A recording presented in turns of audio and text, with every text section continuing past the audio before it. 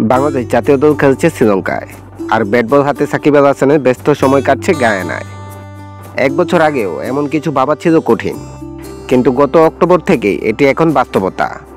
তবে অভিজ্ঞ অলরাউন্ডারের জন্য জাতীয় দলের দরজা সবসময় খোলা, বললেন বিসিবি মিডিয়া বিভাগের প্রধান ইফতেখার রহমান। গত বছর শেখ হাসিনা পতনের পর থেকে আর দেশে ফিরতে পারেননি সাকিব। তবে এই সময়ের মধ্যে সেপ্টেম্বর-অক্টোবরে ভারত সফরের টেস্ট সিরিজে খেলেন বাংলাদেশ সর্বকালের সেরা এই ক্রিকেটার। তারপর থেকেই জাতীয় দলের বাইরে তিনি। দক্ষিণ আফ্রিকার বিপক্ষে টেস্ট সিরিজের জন্য গত অক্টোবরে দেশে ফেরার পথে ছিলেন সাকিব, কিন্তু নিরাপত্তা শঙ্কার কারণে দুবাই থেকে ফিরে যান আপাতত যুক্তরাষ্ট্রে। ওই সময় আবার প্রশ্নবিদ্ধ বোলিং অ্যাকশনে নিষিদ্ধ হওয়ায় বেশ কয়েক মাস খেলা থেকে দূরে থাকেন সাকিব। পরে পাকিস্তান সুপার লিগ দিয়ে ফিরেন ক্রিকেটে, আর এখন তার ব্যস্ততা গ্লোবাল সুপার লিগে।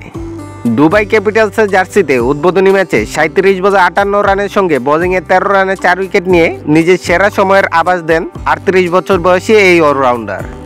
তবে পরের ম্যাচে 2 বিভাগেই ব্যর্থ হন তিনি। শ্রীলঙ্কা জাতীয় দল যখন হতাশ করছে, লম্বা সময় দলের বাইরে থাকা সাকিবকে ফেরানো নিয়ে প্রশ্ন উঠেছে। সভাপতি হিসাবে দায়িত্ব নিয়ে প্রথম সংবাদ সম্মেলনে আমিনুল ইসলাম বুলবুল বলেছিলেন, পারফরম্যান্স বিবেচনায় দলে সুযোগ পেতে পারেন সাকিব। মিরপুর শেরেবাংলা জাতীয় ক্রিকেট স্টেডিয়ামে শনিবার সংবাদ মাধ্যমের মুখোমুখি হয়ে বোর্ডের মিডিয়া বিভাগের প্রধানও বললেন, দরজা সবসময় খোলা সাকিবের জন্য। অবশ্যই যেটা আমরা সবাই জানি যে ক্রিকেটার হিসেবে বাংলাদেশের গ্রেটেস্ট সাকিব আল হাসান, এটার কোনো দ্বিতীয় মত কেউ বলতে পারবেন না।